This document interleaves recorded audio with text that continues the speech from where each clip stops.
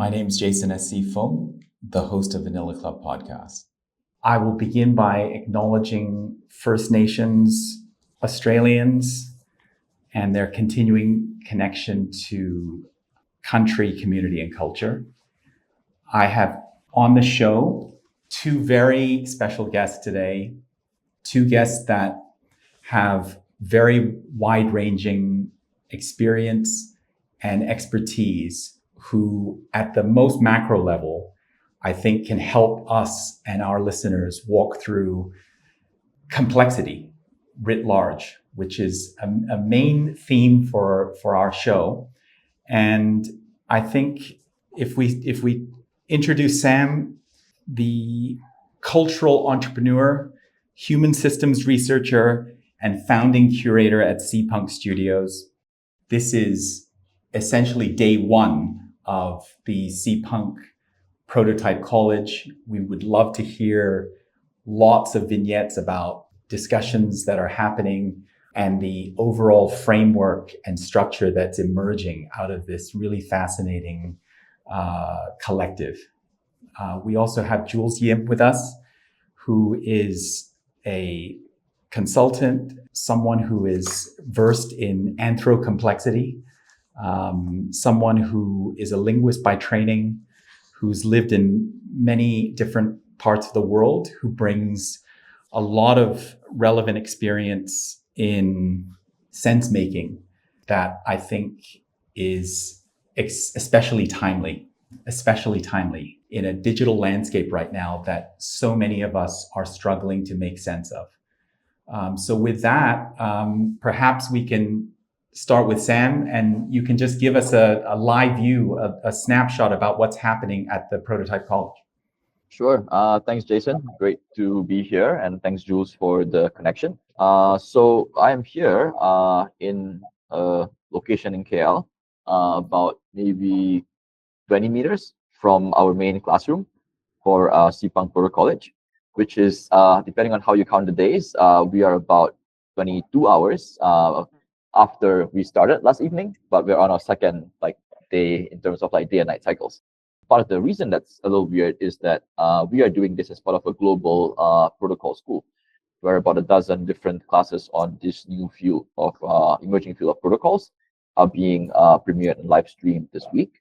And we've gathered we had about 17 people yesterday who come in, 15, 16 today. So it seems to be fairly consistent over this week, who have come in from various places. Quite a number of them have actually flown into Malaysia, some for the first time, to come and basically learn about protocols together and try to think about them in the many layers and complexities of our region, which we, in the traditional sense, we call Southeast Asia. But for this week, we're doing a linguistic experiment and just saying Seasian or Seasia, SEASIA, instead as for short, as a way of trying to maybe provoke the imagination a little bit about those things.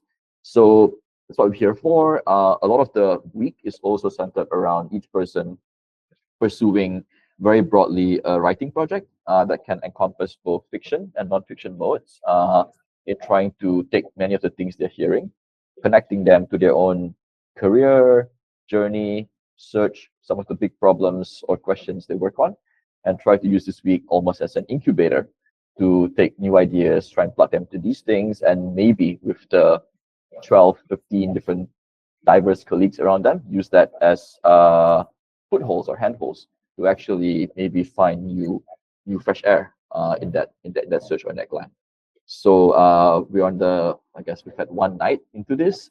People have broken up to small groups earlier today on various discussions. It's also Malaysia Day today, public holiday. So we've had some people have the chance to have maybe conversations about Malaysia with, a mix of Malaysians having a chance to share about the story of their nation or childhood or background, and connect that with maybe some of the questions and searches of people from different places as well. So there's a lot more layers to that, but that's kind of where we are in this particular journey. This is probably Seapunk Studios' most extensive, I would say, educational, learning focused container we've done since our first experiment last October. And it's quite exciting to see quite a range of people show up from different places.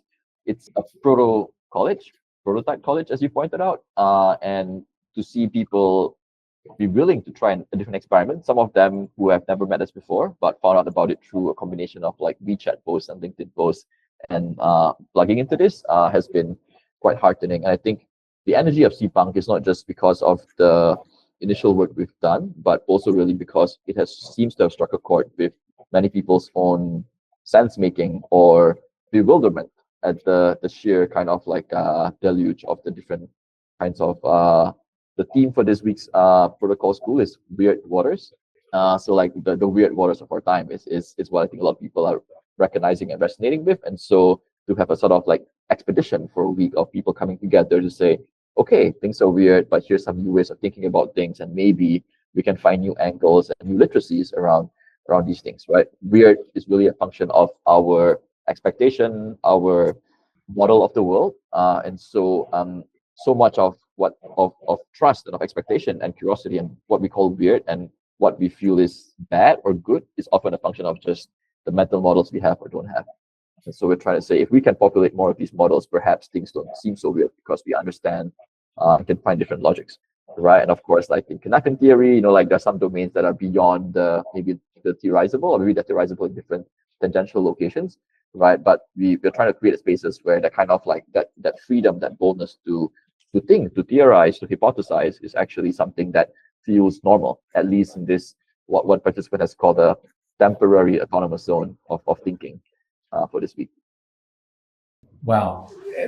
Yeah, there's so much to unpack there. So Jules, how do you know Sam? And I guess you did a workshop in Chiang Mai recently. You presented a paper. Tell us a little bit about your interests and how they intersect with Seapunk. Well, I've known Sam for more than a decade now. We initially met in Singapore when we were both still in Singapore at that time. It was a very interesting period in Singapore's social history. So I think it was around about 2012. So, ZERP was still going on. So that meant a lot of free money, essentially, the startup scene. An ecosystem in Singapore was taking off. There was a convergence of youngish millennial energies. We were in our 20s, all converging in Singapore. And I met Sam through a very dear friend of mine, through alumni networks. And we hung out a few times with mutual groups of friends, but I wouldn't say we were particularly close, but always, knew of each other. Facebook was still a thing, so you tended to keep up with friends through Facebook and their posts. And then we both left Singapore. Sam left for, I believe, Hong Kong and Shanghai, and I left for the UK. And we didn't really keep in touch, but we realized we were both at the same conference in 2019, and then COVID hit. And then we didn't actually reconnect in person again until last year. That would be May 2024. And I was like, hey, good to see you here. It was a workshop where, the idea for a Seapunk, and it's obviously Sam will share way more about that in terms of its inception and its evolution, but it was where a lot of ideas coalesced around decentralized governance, around the role of Web3. What does Southeast Asia have to offer the world in terms of protocols, which is a burgeoning field of study? And also with all the histories and complexities of our region, how can we draw on that, leverage on that to meet some existential challenges like climate change and political change as well? So that's a pretty long answer to how I know Sam and how long I've known Sam. And how this all links to Seapunk is that I suppose Seapunk as an idea, as put forward by Sam, has put a name to the search that for me started, I would say, about during my time in the UK. I would say probably around 2016, where we had both Brexit and Trump's first election, and everyone was like, okay, maybe things are not as ordered or as expected as we think it might be. What does this mean? And personally living through what I now realize was an uptick of ethno-nationalist sentiments, interesting economic times made me really reflect about my own upbringing, my place in the world, my Cynefin, the place of my multiple belongings. And all of that made me realize that I didn't actually really have a sense of self. I was always chasing after what we were told was the thing to do, get a good, well, Western education. In most frames, that is the education that we have. Work overseas because, you know, you may not have the opportunities you do working in Southeast Asia as you might in a Western country, and then, you know, chase money and so on and so forth. So that's where my search really started. And I suppose most tellingly, I realized I did not know as much about Southeast Asia as I do about Europe and the US. And so that kickstarted my journey towards understanding myself better. And I will say it pretty much culminated when I met Sam again last year in Seapunk and the ideas that have flown since. And as for the conference that you mentioned, it was really an opportunity to present a paper on decolonizing Southeast Asian studies at the Chiang Mai University. And it was in collaboration with the RSCD, I think with University of Wisconsin-Madison, if I'm not wrong. And we thought, well, we have done some workshops, we have done some symposiums and play shops around Seapunk in October last year in Chiang Mai. So why not collate some of those insights and write a paper about how we need to decolonize the imaginary before we start to think about decolonizing anything else. So with such a broad landscape, you know, again, in preparing for this meeting, you know, I have the honor and the challenge of thinking about where to start, right? This is always the question. So rather than try to be philosophical, let's start with something very concrete, which actually may not be that concrete, which is, can we define Southeast Asia? Well, I'll take a pop at it, and I'm sure Sam might like to as well. No, up until very recently, I think, first of all, Southeast Asia is an exonym. It's not, which is to say, it's not a name that people in this region known as Southeast Asia even necessarily think of or conceive of themselves. Mm-hmm. It is very much a geographical and geopolitical term, as is the area studies, the field of Southeast Asian studies. There's a long and contentious political history behind it, so I urge listeners to do some research from various sources about how the name Southeast Asia and Southeast Asian studies came into being in the first place. But yeah, Sam, you might have some thoughts on that. My short starting answer is you can define Southeast Asia, but you can't exhaustively or exclusively define it in the one right way, right? There's many ways to define things, and they're all lenses that help. The phrase Southeast Asia started off as a name for a theater of war, right? So in the function of war, it was a very useful framework for that, right? The name has then come to encompass like a geographic region, the history of this region. Like it was kind of in a way like it was the North India, North China, right? Or for many, because you see the big centers and then there's that space in between, right? And the fact that like Indonesia is called Indonesia, right, which is comes from like Indian islands, right, tells you a bit about that stuff, and we can get into like why like the West Indies are called the West Indies when they're not actually about India, right? But they were about the imagined India and the search for that. So there's no like there are different spectrums of like right and wrong definitions, but there's many different definitions for it. And I think that open-endedness is in a way why Seapunk exists, right? We celebrate and we thrive and we revel in that open-endedness because we feel that like living cultures, living languages are those that are able to find and craft new words that capture different aspects of experience.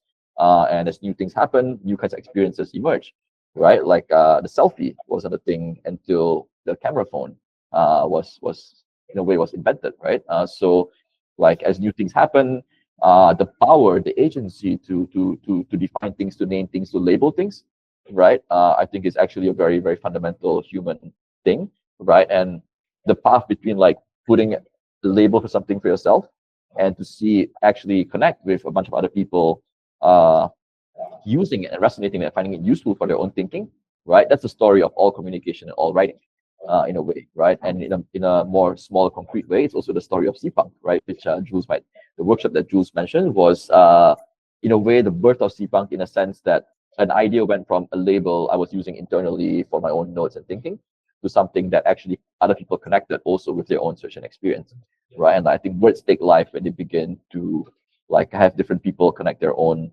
like meaning maps and meshes to them. And so back to your question, can we define Southeast Asia? Yes, expansively in many ways, and hopefully many more ways than just the ones that we've inherited in school, or as Jules has hinted at, that somebody else has defined us as. But it's a jumping off point for, again, this interrogation and these new linguistic terms, again, that you mentioned in the first instance. There's also this word Nusantara, right? That pops up. And you have this sea beast Asia, right? Which tell us a little bit about that, and tell us about some of the alternate imagination, and again, there's also this interplay too on, well, there's the landmass, but what makes up the archipelago and how people imagine an archipelago is not really defined by the dots of land. It's more about the water and the connections between them.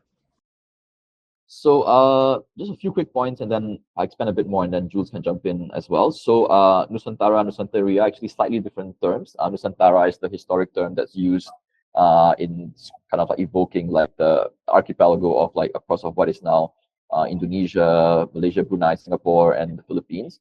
Nusantaria with an I think is a slight modification used by Philip Bowring in his book Empire of the Winds, and he uses it to kind of like extend this realm of disconnected space into like a much more expansive notion that goes from like say Madagascar to Japan and others, right? So we say like it's actually the lands connected by the winds and by the sea.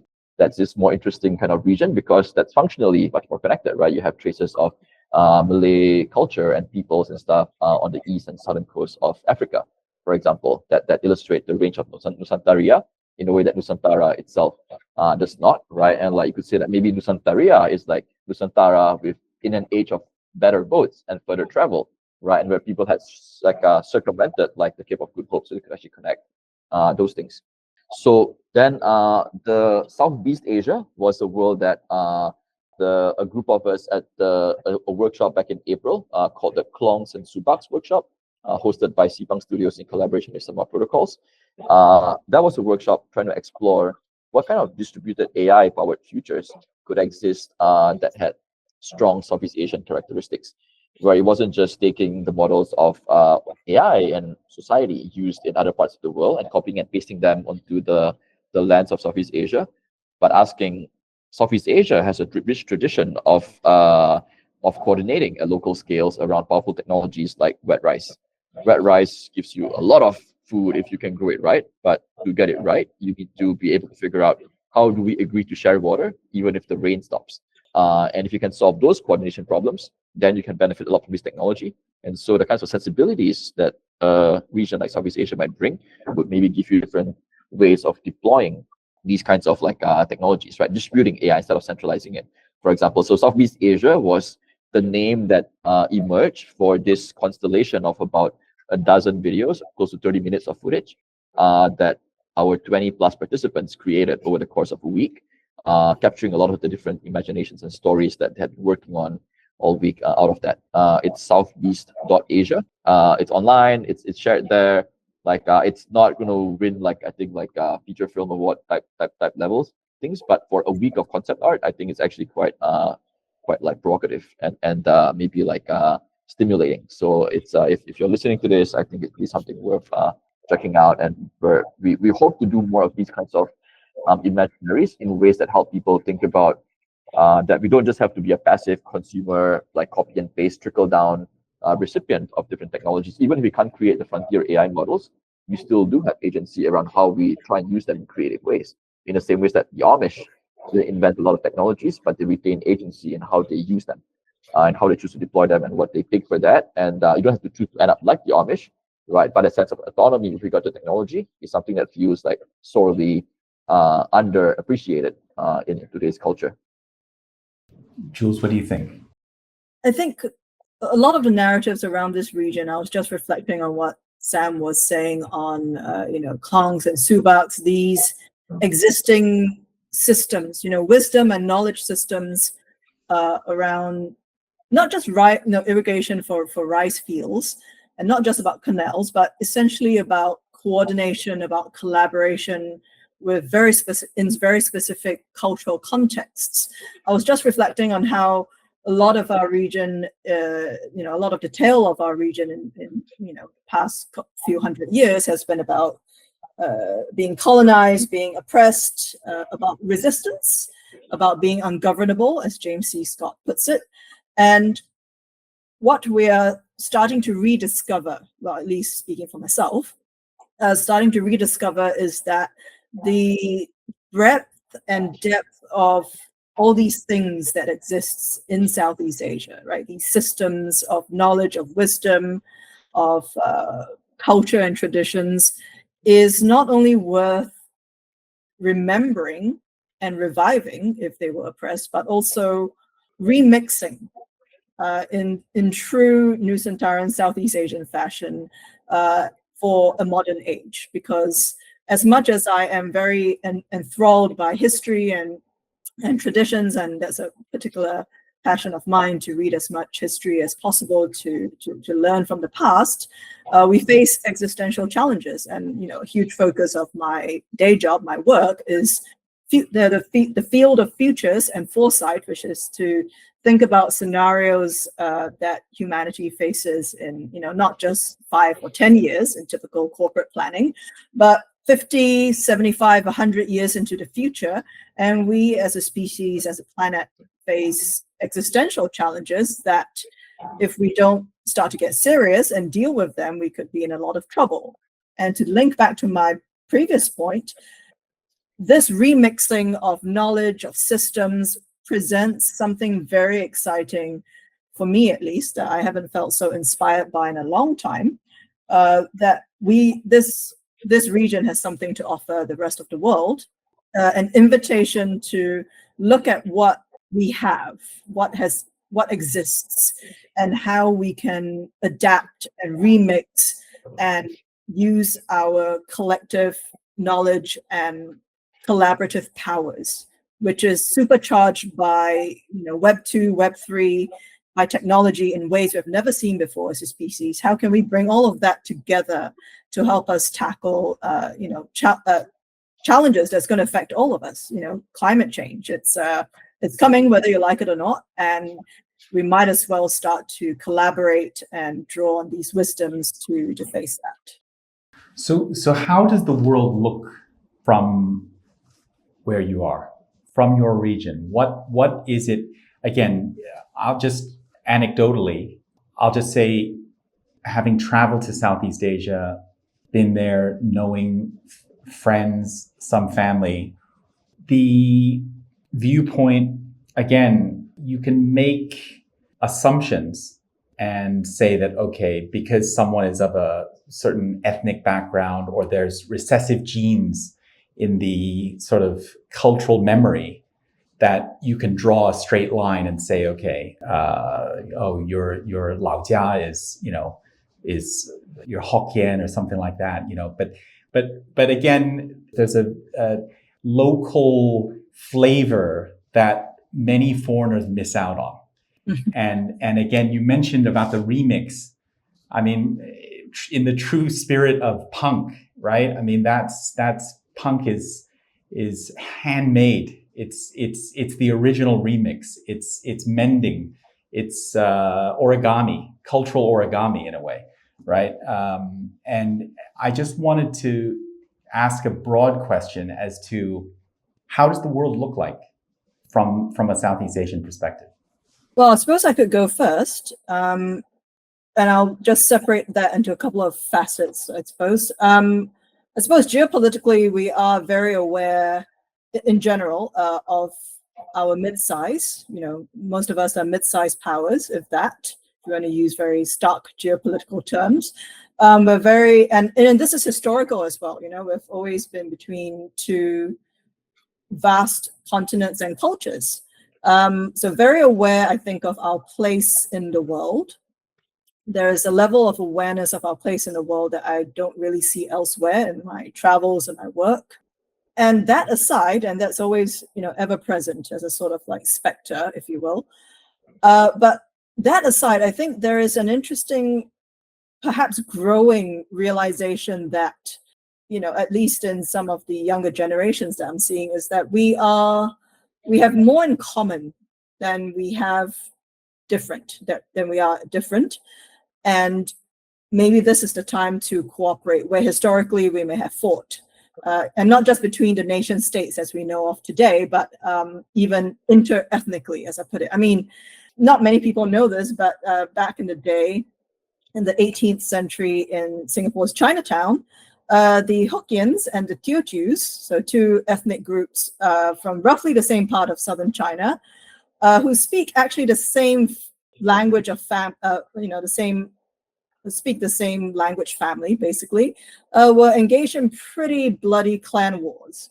And this is what people say, oh, well, they're all Chinese, aren't they? I was like, well, no, not in the way they see themselves. And now, at least in Singapore, no one really even talks about what your sub-ethnicity is, right? Because the intermarriage, the remixing has gone on for a couple of generations now. It's very much diffused. And I think there's a different kind of identity that's growing and coalescing around modern Southeast Asia. So that's my take. So the question, if I remember, was how does the world look from a Southeast Asian perspective, right? So mandatory qualifier, like there's many perspectives, and like there's even different people. So even in a small place like Singapore, depending on who you are, what position you hold, and like the kind of work you do, you're gonna have different answers to this. But I think at a broader scale, one thing that I feel is true is what I'll describe as the freedom of not being a superpower. And what I mean by that is, if you think about things like visa policies or border control, the big countries kind of have their hands tied. Because of the sheer scale of populations of like China and India, right? A lot of negotiating visas and issues like that with other countries is always going to be shaped by the kind of interdependence that's there, right? And if you are a superpower, when you look at the world, you have to think strategically in a very kind of maybe some people use the lens of hegemony, some people use the lens of strategic interest or bottlenecks or like soft power and things like that. All these are real factors, right? But if you think about you're a middle power, right? You can often look at just more practical questions, or the more concrete questions of what's going to be good for me and my people, instead of having to play this like mega meta power game, right? And one example of this that I've had a chance to explore with a bunch of different groups over the past few years, and I'm actually hosting a residency for adjacent to this later this year, is the area of like visas and digital nomads and border controls and things like that, right? The most interesting experiments for visas for digital nomads, which is in a way a new species of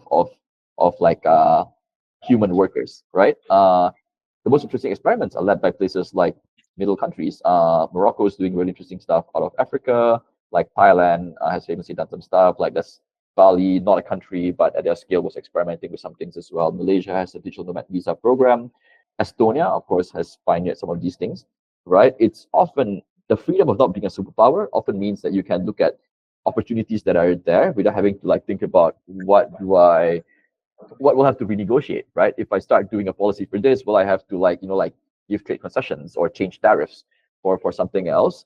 These are not absent considerations if you're a middle kind of player, right? But they are less pertinent in the calculus, right? And this is talking at nation states levels, right? But when you get to local business kind of things, right? If you're the HQ of business and you are the center of production for the world, China makes so many % of the world's solar panels.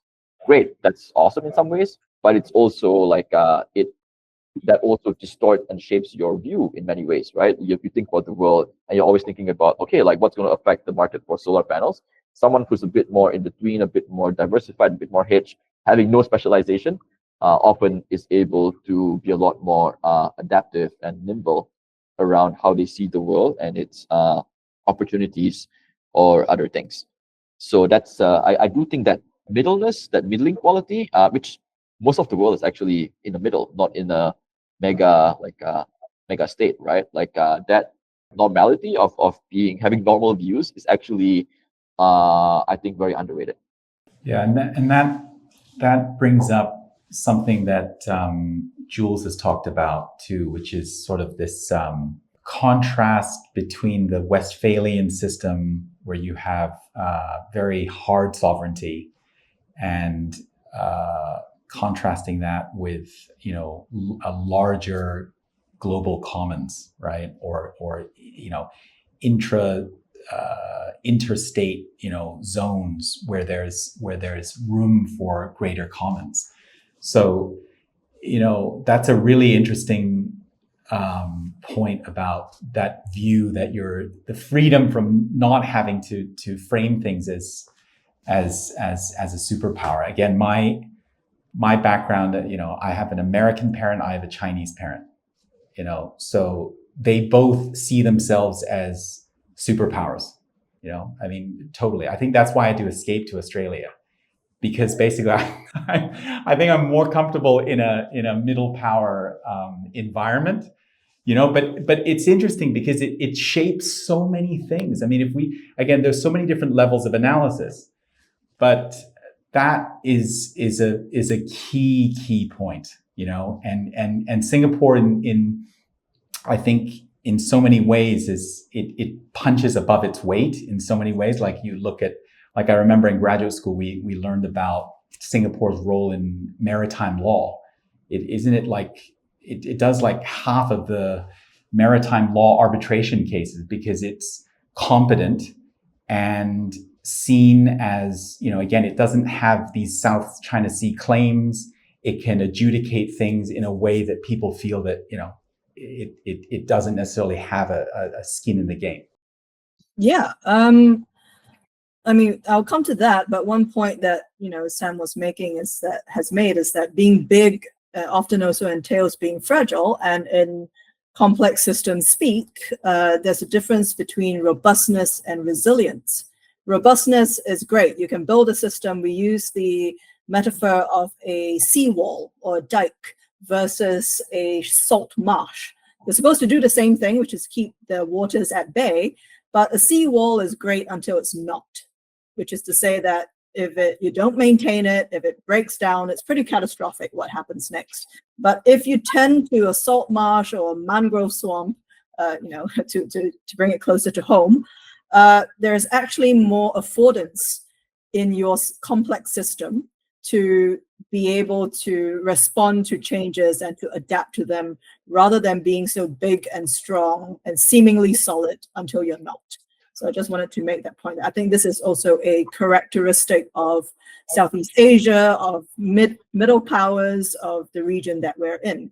And just to make the point on Singapore, the circumstances of our birth were rather traumatic, not necessarily the choice of our founding fathers, as a lot of historical records are now being declassified, and we actually get a peek into that history. And yeah, Singapore is surrounded by water. We can't escape it. We no longer have a legal hinterland, which is to say Johor Bahru. So yeah, it's definitely in our interest to build up not only a maritime base around trade, which we always were, which is why Singapore, sort of our raison d'etre. But also, if we become a hub for maritime law and arbitration and adjudication, I suppose it could only serve the nation state's, survival well.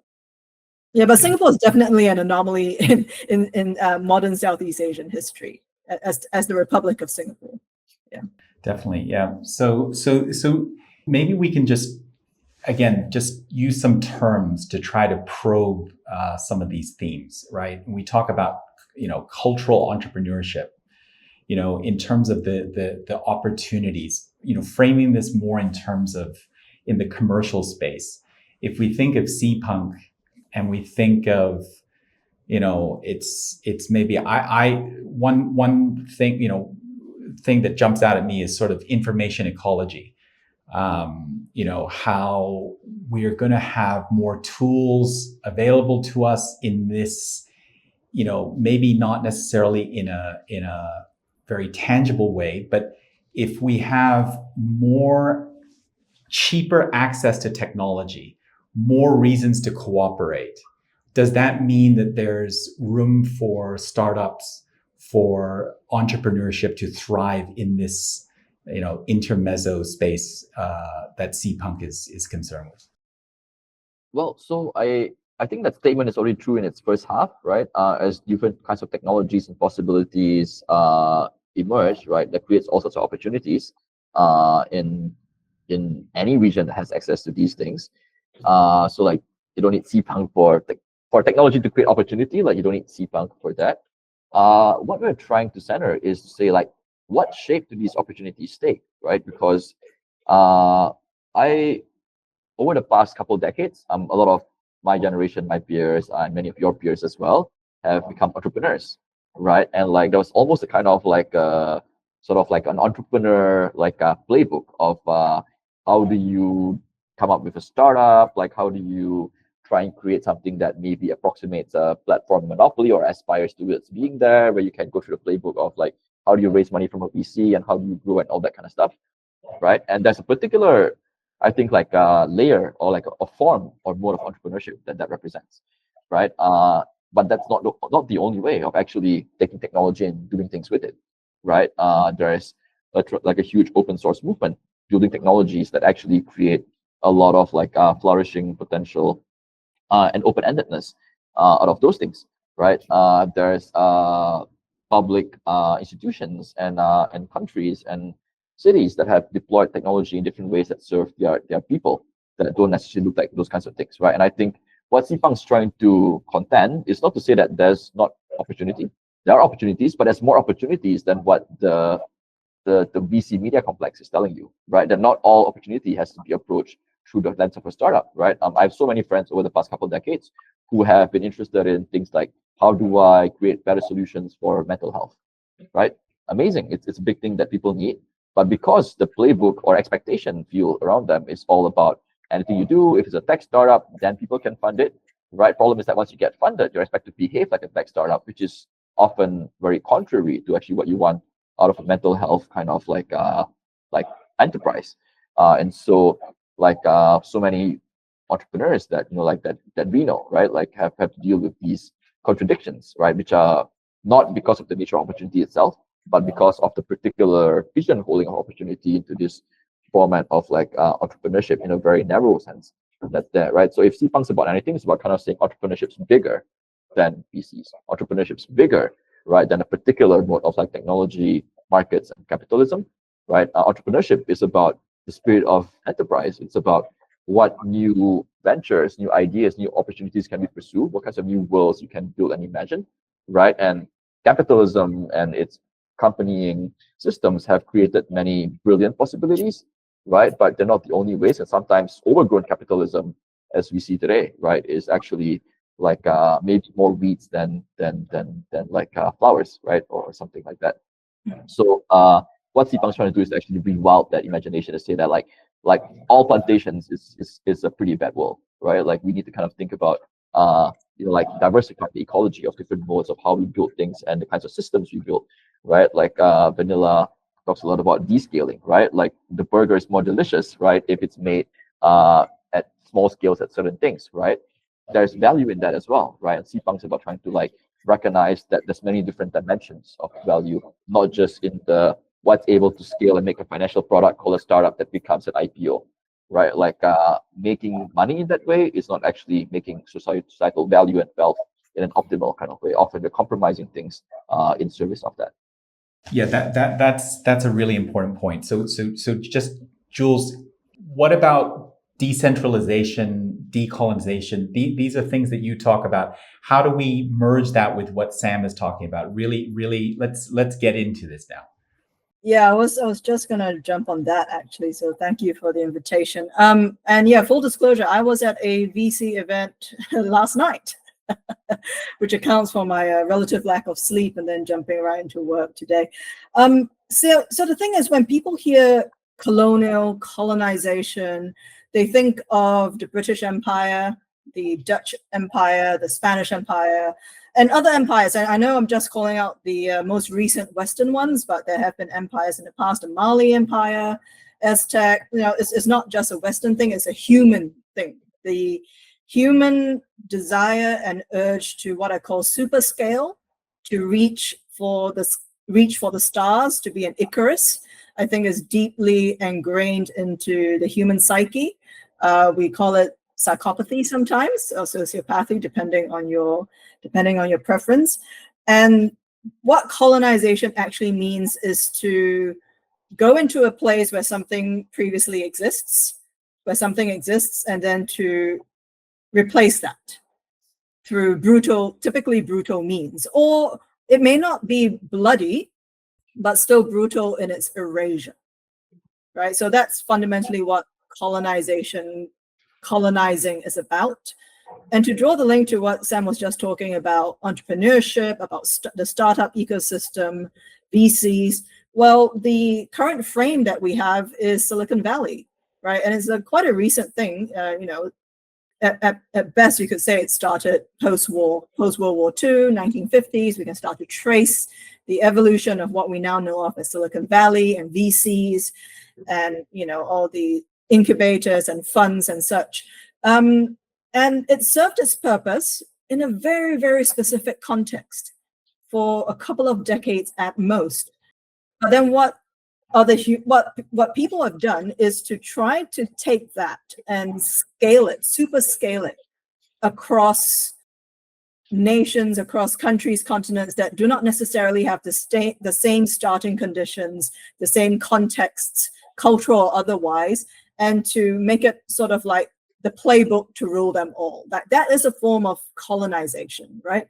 Which is what Sam talked about. There's more than one ways to do things. And what we have currently, I think, is also a bit of a colonization of how new ideas can be funded and take root and proliferate. And I would like to also point out that this especially is a region where what we call SMEs, right, small and medium enterprises, flourish. A lot of people are essentially mom and pop, or not in a derogatory way at all, by which I mean family-started, family-owned businesses. Both sides of my family in times past ran family businesses, quite successful ones until quite recently. And this is an example of how you can nourish the substrate. So a bit of jargon here, but anyone who's in agriculture or winemaking would know this. The substrate is what lies beneath. So it could be like terroir and winemaking, and I'm sure, Jason, for what you do, the substrate of how vanilla grows is quite important as well. If we're looking at the substrate of a system, in this case, entrepreneurship, Southeast Asia, how can we, first of all, revitalize it, rewild it, and then show that, okay, there's more than one way to fund an idea around mental health that's in keeping with the ethics and the values of the founders and what we would hope to achieve, that doesn't entail you having to exit in a way that you may not like, or that may be contrary to your views. Definitely. So let's talk about the enabling infrastructure, right? Because I think for someone who's trying to understand this without much experience with it, to do something, right? Because we're culturally conditioned, to look at Apple and to look at these great stories. There's a few many cultural examples of this Silicon Valley greatness, and we take scaling. If you've gone to business school, it's a celebration of scale. It's a worship of the altar of scale, really. I love this idea of finding descaled value. It's like this lattice work of value that's out there. Like, why do we need to concentrate it into one or two providers that really have, as you said, it's like, why does Stripe have to provide services across the whole world? Maybe there's a Malaysian version of payment processing that just makes more sense with the cultural and environmental conditions of Malaysia.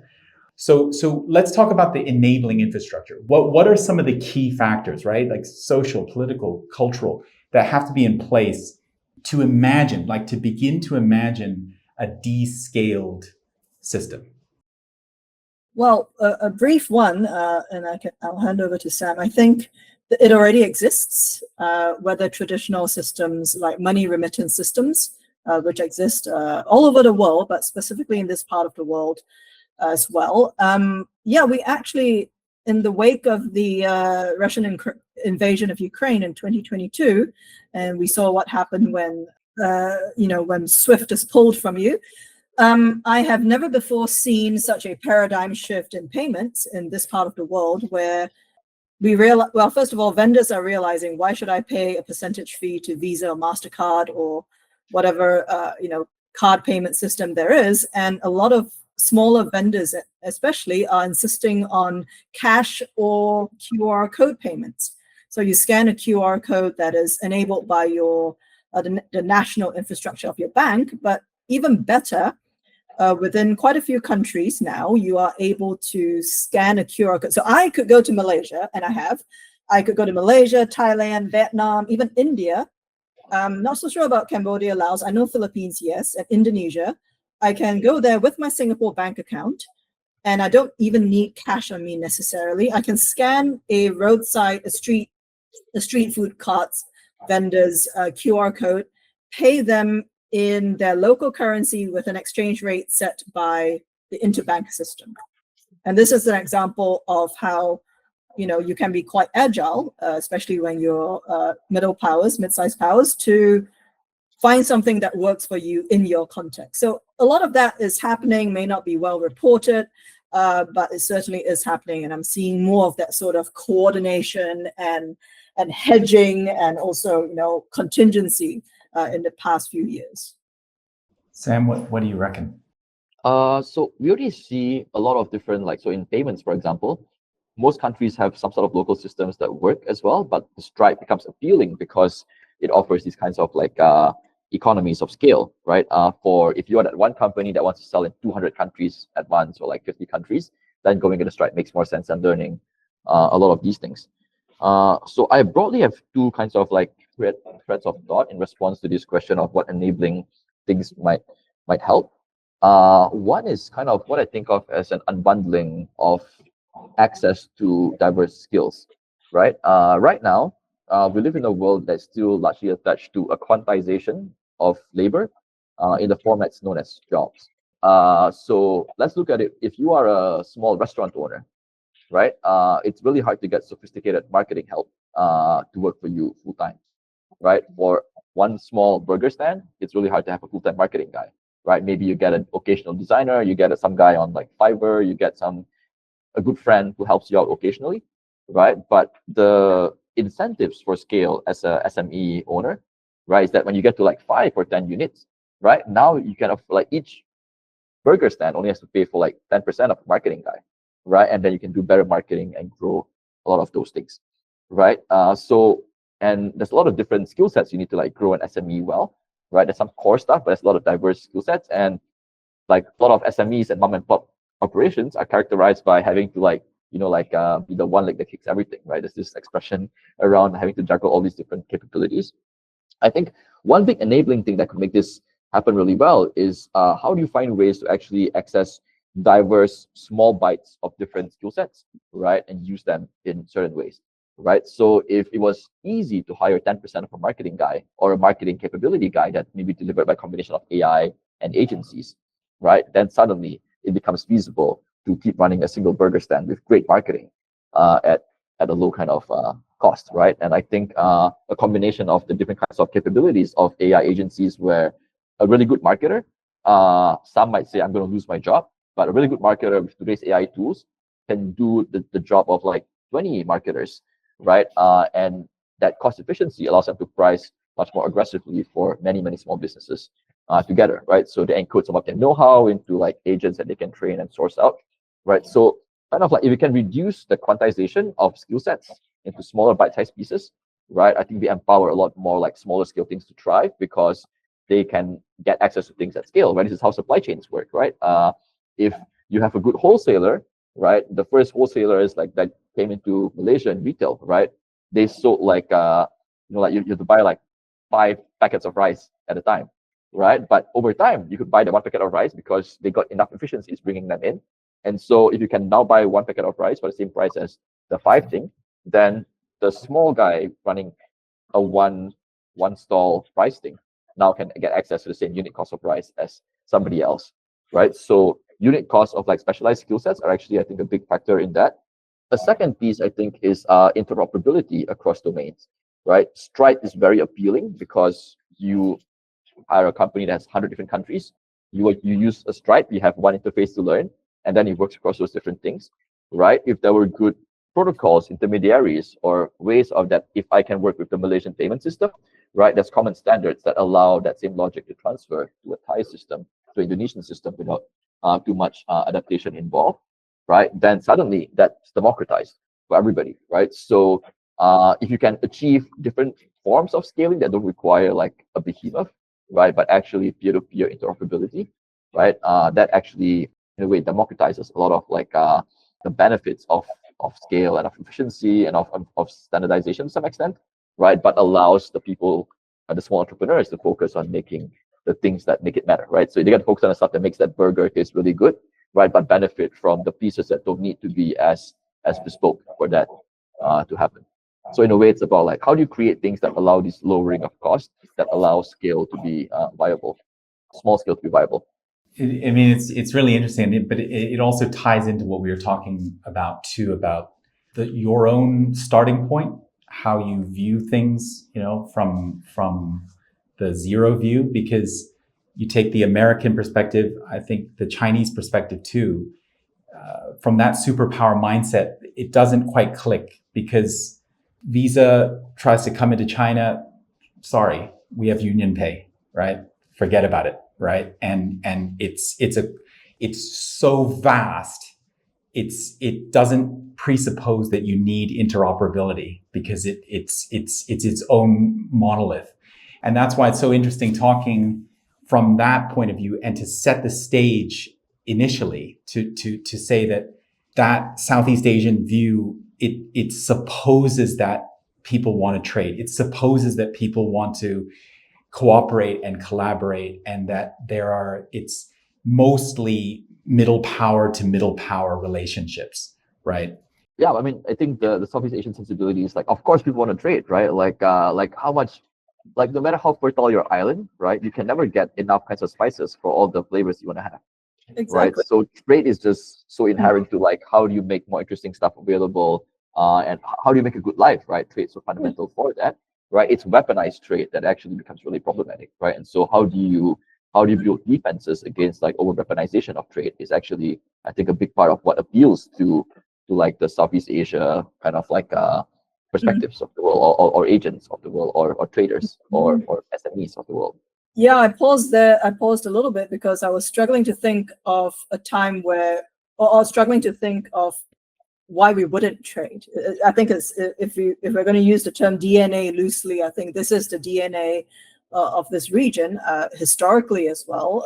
The region is very much shaped by historical trade winds, the monsoon winds, the of course the resources that were very much desired abroad, and just why would we not? I think is kind of what my brain was settling on in that pause. I think that if we just extrapolate from just trade as thinking of things, it's also trading of ideas, trading of cultures. It's, to my knowledge, one of the few regions in the world where intercultural marriages, relationships are not only merely tolerated, but in some way accepted, and even, I wouldn't say outrightly encouraged. Obviously, there's still ethnocentricity, but it's one of the few places in the world where you will find such a high degree of trading of people, mixing as neighbors, as friends, as as families, in fact. So yeah, we have a group of people called the Peranakans in especially in the Malay archipelago. So they are, broadly speaking, the descendants of Chinese men, traders, who back in the day who intermarried with local women and have formed not just a new identity, but also an extremely delicious cuisine. Of course, yeah. Which Singapore and Malaysia is famous for, right? Peranakan cuisine. So yeah, absolutely. Trading of people as neighbors, as friends, as families. So then what's the role of the state? I think that conceptually, that's what I'm trying to understand. Do we think, like, when we talk about Seapunk, is this happening sort of just in parallel with the state? Is it somehow state sponsored, or does it presuppose some sort of, I mean, is there some, does it presuppose that there's some maybe vacuum or something in, you talked about 50 to 75 years, future casting. Is there some element of that where if there is some disorder coming down the pike for humanity, that we better have some collaborative models in the bag ready for us in case we're forced to choose between more cooperation and conflict? Well, I'll preface this by saying that if we were to talk about this topic at length, it would be at least another couple hours, but we don't have that. So I think what you're really referring here to, Jason, is the modern Westphalian nation state, right? That notion of that, which is also a very, very, sprang from a very specific cultural context in Europe during their own turbulence. I'm just going to briefly say that I think if you look at the history of this region, we have so many examples of polities, tiny compared to many other polities over the world's history, which have moved their centers of power when threats came, have reorganized, have reassembled, recombined, decomposed, and mostly in aid of survival. But there are many different models from this part of the world as relates to political organization. And my personal take on the future is that as we start to see some institutions crumble and fray, this is actually fertile ground for rethinking, even given the volatility of what we're living through. It offers an opportunity for us to think about how might we be quite deliberate in designing better systems that work for different cultural contexts. So I'll just keep it as broad as that in terms of nation states in the future. But maybe Sam can speak to more of the Seapunk aspect. The word state itself, like a state is not just its apparatus, right? Like at the broadest level, the state describes like the state of things, right? The relationships between things, the order that exists, that kind of like maybe holds a certain set of relationships and like agreements and stuff together, right? What is really important is not so much whether the state itself exists or a particular set of apparatus exists, but what kinds of outcomes they come out, right? So like I'm a pragmatist in that regard, right? Like good governance is what people want.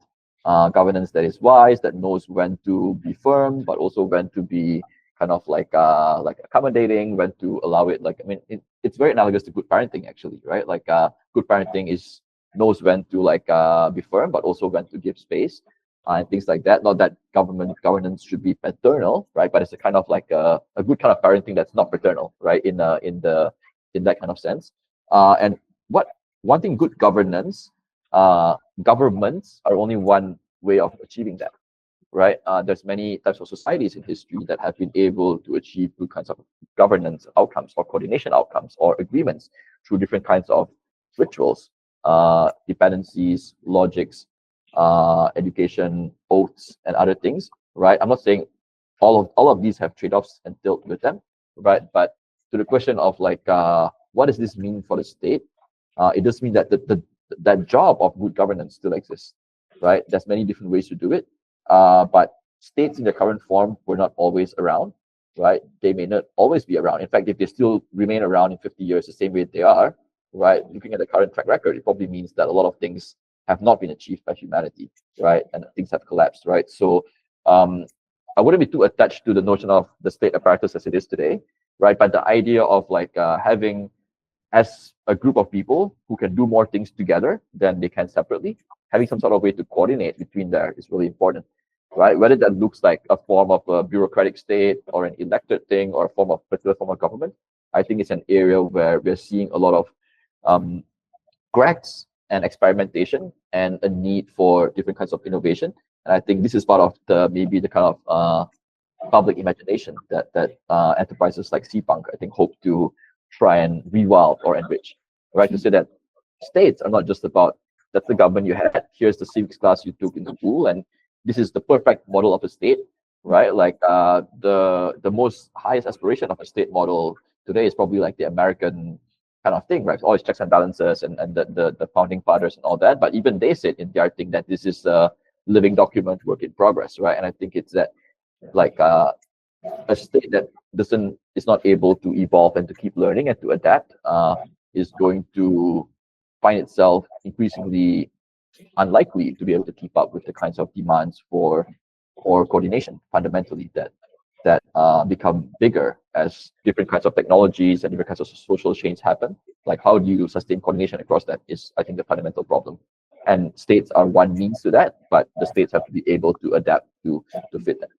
Right. And in some sense, we are the state, right? If I'm a citizen of a place and identify with that, right? Like I am also some part of this. And I think a big tragedy of the past, like 50, 100 years of like modernization and middle class lives is that the social contracts always become like the citizen gets to care less and less about getting involved in these things. And I'll just let the government fix it all through education and through taxes and through good stuff. And then like citizens are almost encouraged to complain but not do anything when things happen, right? And I think this kind of like alienation of responsibility and like citizenship is actually part of what makes for a bad state, no matter who's sitting in power, right? If you have a citizenship that's like that, right, it's actually a really unhealthy state of affairs. Yeah, I suppose my addendum or footnote to that, to what Sam just said, is that, yeah, we're starting to realize that it takes two to clap, right? And also, I would like to just add that, the notion of a nation state as we know of it is not immutable insofar as anything humans can create, humans can also destroy, right? Whether that destruction is slow and painful or swift and somewhat less painful. So I think we are in a very interesting, maybe even turning point in human history as to how we conceive of ourselves, how we conceive of the way we organize ourselves as groups and polities, because I think it's a very natural instinct for humans to do so. And also, what are the possibilities, but also dangers as we navigate what seems to be an increasingly volatile path in our human history. So help shape that a little bit more. Where do you see the pitfalls? It's in the degradation of institutional coherence. It's the infighting, between groups who somehow cannot find accord in ways that in other generations people were able to find a consensus. How do you define some of the contours of this, sort of historical moment that you spoke about? Well, to build on what Sam said, right? It was never just about a elected government. If we're going to use the most commonly known U.S. democratic model, it was never just about an elected government of representatives taking care of everything, right? It requires active citizenry, participation in civic life, even if it's less comfortable in terms of, oh, you mean I actually have to show up at a town hall? You mean I actually have to speak to my neighbors to resolve disputes and not just outsource it to someone because that would be less work mentally, emotionally, and physically. There is definitely the one of the tragedies exactly of recent modernization is that a lot of us have seemed to lost that component as well, right? That it takes two to clap. It's an entangled, interwoven system that we live in, and we cannot neglect this civic engagement community engagement without losing a core part of what it means to be human and organizing ourselves into polities, into groups, into governments. And if we don't find a way to make the discourse more civil as a start, I think recent events in just the past week have shown us exactly how dangerous and violent it can become when you have this degree of polarization and, let's face it, extremism. You have a problem on your hands. You have a society that does not even actually really have a compact anymore. And some might even argue, was there even any sort of compact that everyone bought into? And I'm just using Singapore as an example because it's tiny. A lot of it is socially engineered in terms of what the social compact is. We run huge studies to decide what the next social compact is.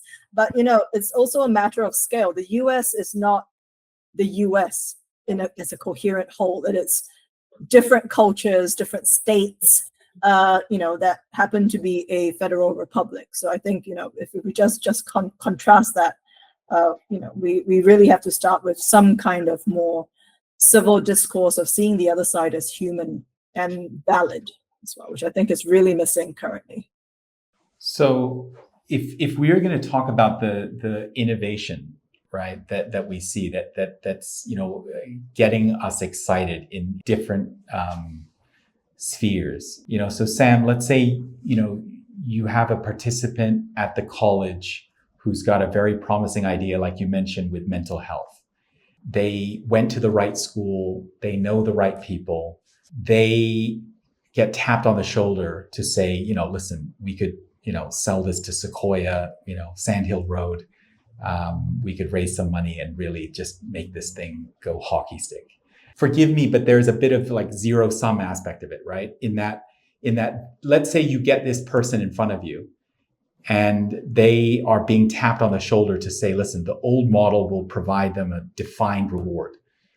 How do you, in a sense, open their mindset up? How would you talk to them to maybe say that, listen, have you thought about value creation in a different way? There's another opportunity. I mean, how would you take a young person who had those skills, that opportunity, and frame it in the Seapunk view?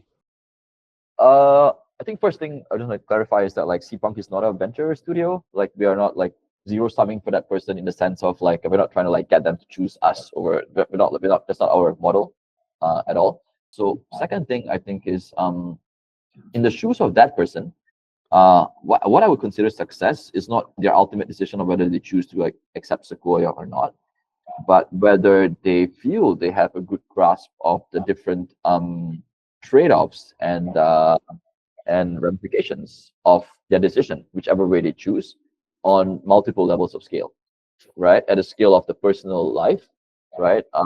Statistically, there's a lot more founders who have taken these deals in domains that may not be the perfect fit, right? That have ended up with mental health issues themselves, right? And all sorts of other things about recovering founders out there, right? Which is maybe a secret that doesn't get spoken about a lot enough.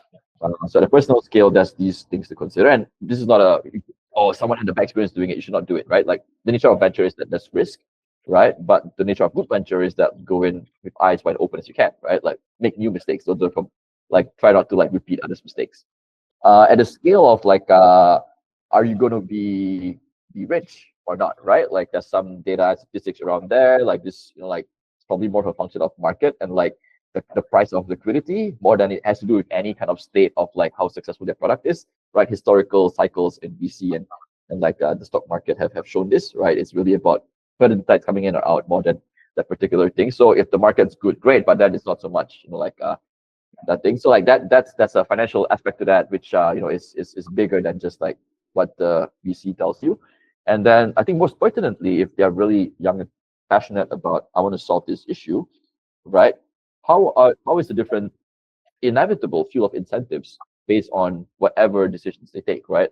Like Sequoia, great track record, great company, right? But there's a social contract and also a legal contract attached to the expectations of the money that they have raised from people with expectations and into that they're going to put into that as well, right? So the strings that you tie yourself into right, will mediate and reshape the agency with which you can pursue that which you hope to pursue, right? And so, like, understanding those things, and of course, this could be a very long study of sorts, right? But the idea is that, like, if there are they aware of different kinds of models for how they could pursue that venture that could entail everything like bootstrapping, or maybe it's not even trying to be a startup and scale, but maybe it's about saying, hey, what's the easiest way to pilot doing the kind of therapy sessions I'm interested in doing, right? And could that be a nice small business, right? There's a lot of like fairly well paid like therapists, people who charge by the hour for things and are really good and have good work-life balance, right? We see a lot of those things, right? And if you can do that with a training model, you can do well as well, right? So a lot of stuff that has a tech platform is just kind of like money that was earmarked for tech investment, trying to get other businesses to pretend to be tech companies so that they can fit in that portfolio, right? Technology is powerful; it can go a lot of things, but not everything like really makes sense to be a platform of sorts, right? And so, like, if they are able to articulate and grasp the sensitivities and make their trade-offs, whatever they make, like, I'll root for them, because it's ultimately Seapunk's less about saying you should do this versus do this, but to say, like, is your imagination wide enough as you think through these things? And if you've looked at this and it still makes sense, it's possible, it makes sense, go for it. Yeah, definitely. But there is still some level of a value judgment that has to be made, right? And I think this kind of goes a little bit to what Jules was talking about. You mentioned this sort of this participatory element of this social compact. That seems to be something that is missing, and it's a fatal flaw of the current situation in the US, for example, that I see, whereby you can have all these nice things, you can have this beautiful economic abundance, you can have security, you can have this contiguous country, but there's something really basic that is the engine that powers that, and it should be some participation in the process. And a lot of people have outsourced that, So I guess to me, this is just an interesting interplay there, where my sense is that a lot of entrepreneurs, they might start off in a certain way and take on board many of the things that you talked about so well, right? Where you talk about, thinking about the work-life balance, or thinking about all of those crazy stresses that come from the insanity of that startup life. But they get pushed into it. And there's a social pressure, there's a peer pressure, there's a sort of it's like it's a vortex that sucks you into it, So I guess I'm just pushing a little bit, probing to try to understand about at some point, as if things break down further, will we get to a point where we actually have to nudge people a little bit more forcefully to say, actually, by the way, you're a jerk for taking that Sequoia money, because you know what, you could have been doing this with your life. Thank you for the expansion. I think, like, as you expand it, I resonate a lot more with like what you're advocating, not you're a jerk for doing the Sequoia thing, right? But I think there's different levels of grappling with this, right? On a person-to-person level, if someone's here, they're young, they're sincere, and all that, right? Like, there's I think fundamentally a human love, right, for like the other person, and respect and agency, and a kind of a human thing. I think, like, for me, good parenting is like, like, your kid might make a decision if it's not going to completely like cripple them for life or something, and the stakes are manageable, right? Sometimes they own it. That's more important to go through that and to learn through it, right? And that's a sort of thing, not that we think about people paternally at Seapunk, that's the last thing we would do. But the level you're talking about is that there is a level of like grappling with the meme feel, right? That's important as well, right? Because why is it that the golden thing to do is take the money, right? Whether it's from Sequoia or from like like hundreds of other firms, right? Why so many firms offering that kind of money with that kind of expectation, right? And that is why Seapunk is more than just a counseling service for one-on-one with adults, right? Or young people. It's actually, we're trying to like kind of like expand the mimetic space to say that, oh, you want to be entrepreneurs, great. Entrepreneurship isn't just get a VC deal and build a product and pray, right? It's also about, hey, like, can I change the way the community interacts and enable people to like provide space for each other so that mental health becomes a community function versus something else, right? That's not that productizable in a startup product market fit kind of sense, right? But that could actually be a different mechanism of enabling flourishing, healthy mental communities in all sorts of scales, right? So Seapunk's about trying to like do that at both the individual and the broader kind of level, I guess. And I think maybe this is personality more than anything else, but instead of trying to say like you should not do that because it's a bad alternative, you should be like, well, can we imagine and actually create a better alternative, right? Can we find ways where governments spend a lot of money and lose a lot of value from people having mental health issues, right? Could some of that money be put to like back some public-private financing to actually open up funds to say that, hey, if young people can solve like mental health issues at certain scales in small ways, we can actually open up different kinds of ways for that, right?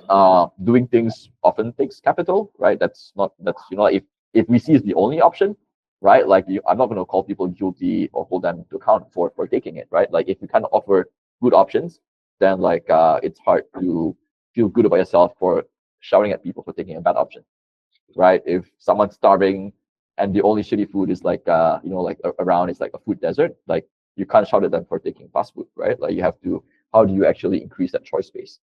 Yeah, and that's Jules loves to drop in some of these Chinese aphorisms and things to pepper in, and I think of one of them, to 入错行, you enter the wrong profession. This for a lot of Asian kids, oh my God, I'm entering the wrong profession. I'm choosing the wrong vocation. Oh my God, I'm not going to be a dentist. I'm not going to be a lawyer. I'm not going to be this. I'm not going to be that. And I think this is what resonates with me with Seapunk, is that, and there is some cultural tension here, right? And that's what I'm trying to probe a little bit. And maybe Jules can chime in on that. But really, it's to have the bravery to descale is sort of how I see it, because there is an act of bravery there. Yeah, no, for sure. I mean, if you had asked me the same question even, say, 4 or 5 years ago, my answer might have been slightly different, but I suppose that's the benefit of growing older and wiser, right? I think my view now is more nuanced. I also like to point out that this is probably the first time if I just use Chinese history as a culture, not as not as a nation state, but more as a culture, as a people, rather than speaking about Asia or Southeast Asia at large, is that this is the first time in history that we're not facing a famine, whether because of natural disasters or human concoction. And that's a very rare thing. And when you are in a constant state of panic or trauma or starvation, it's very hard to think about the finer things in life. And I'm not going to reference hierarchy of needs and all of that, but this is truly the first time in history that we do not have the mass starvation, displacement, flight of people that all three of us share ancestry with.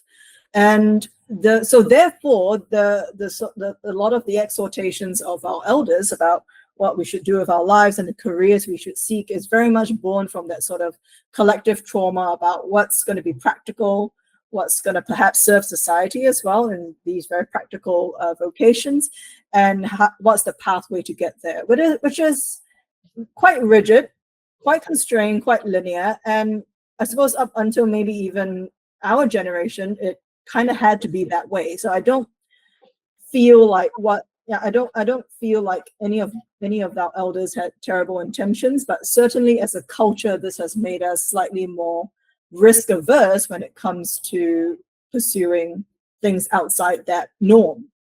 But things are changing. I'm seeing more young people, and I think it's a false dichotomy actually, Jason. It's not this or that. It can be both and. It can be yes and.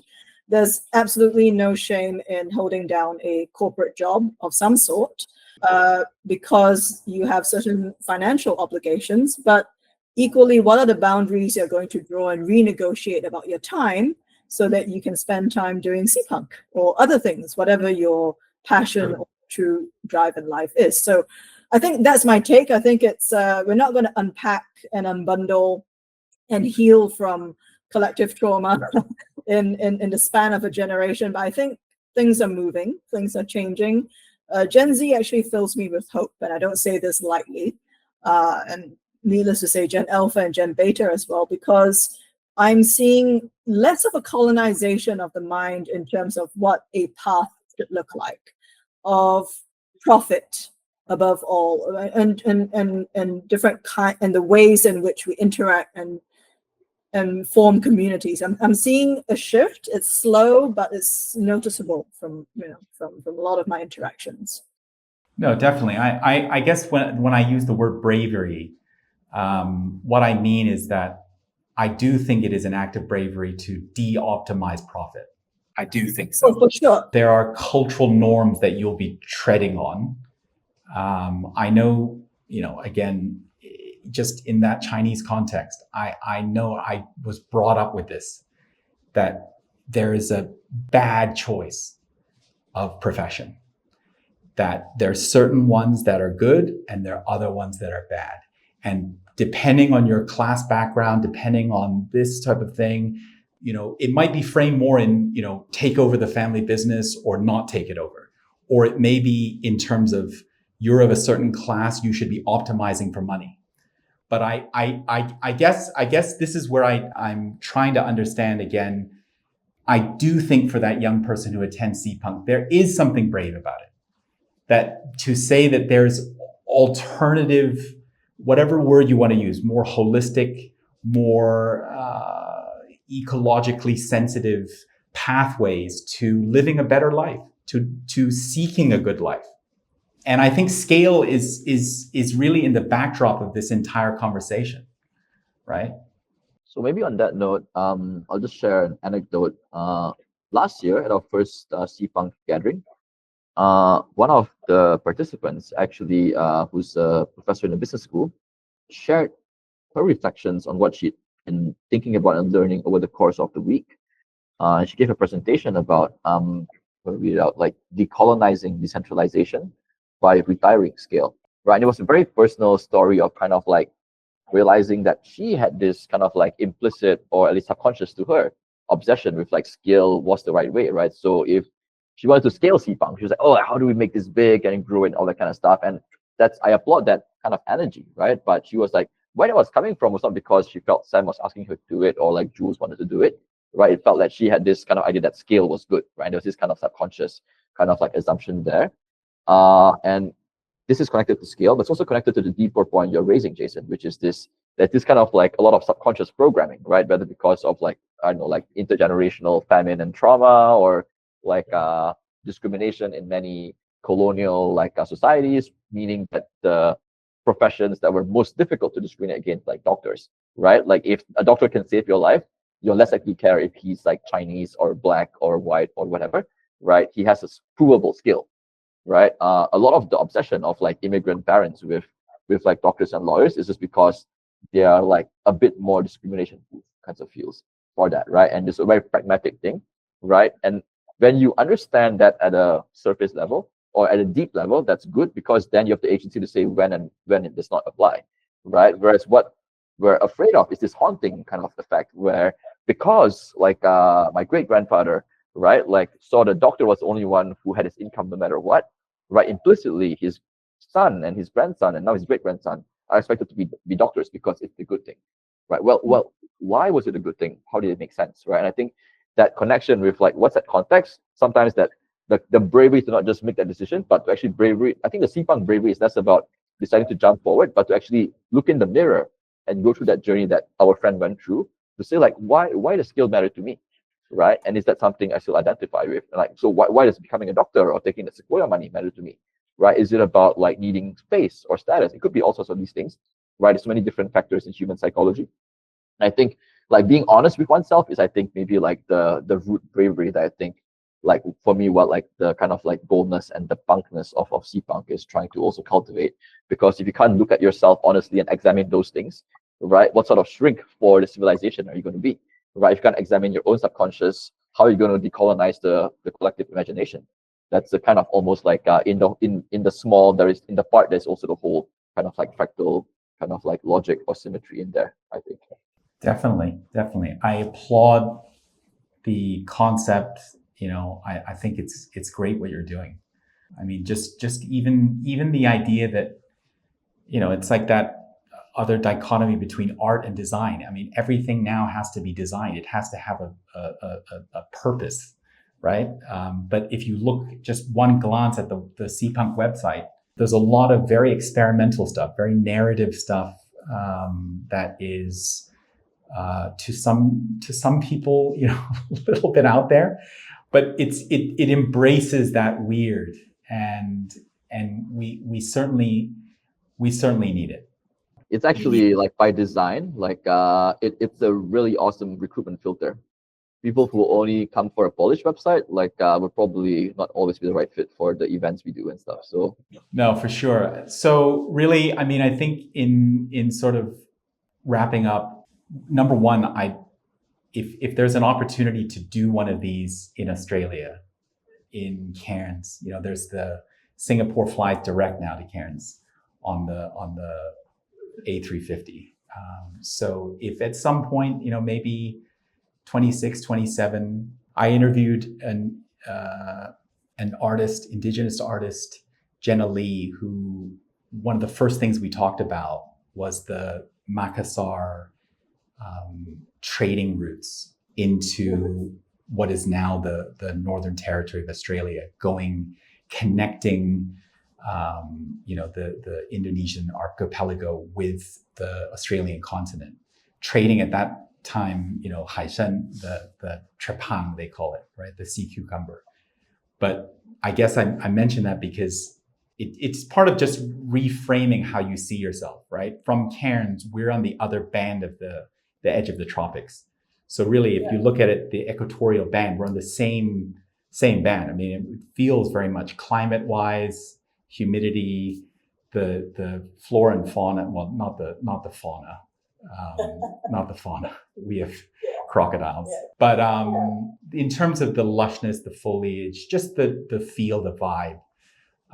So maybe at some point there's an opportunity.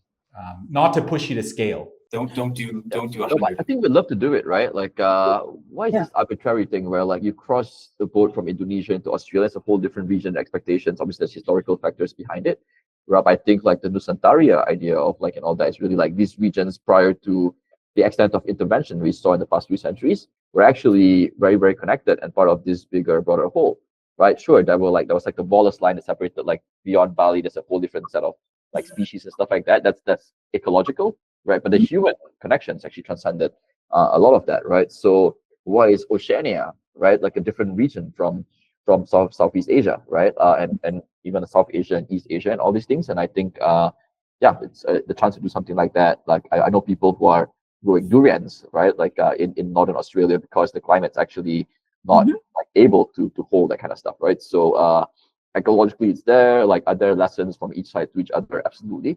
How do we enable those things, and how do we kind of like expand the big sea, the big open sea kind of like a space where like we can all have different stakes in this collective imagination? Yeah, I mean, I as part of my day job, I do a fair amount of business in Australia and New Zealand. Not as much as I would like to recently, but certainly have personal and professional connections. So yeah, I'll be let's see what happens in the spirit of punk. Yeah, in the spirit of punk. Well, I thank you again for sharing so openly and thoughtfully. I wish you the best for the remainder of the college. It's just a really cool thing. All the best. Take care. Okay. Bye-bye.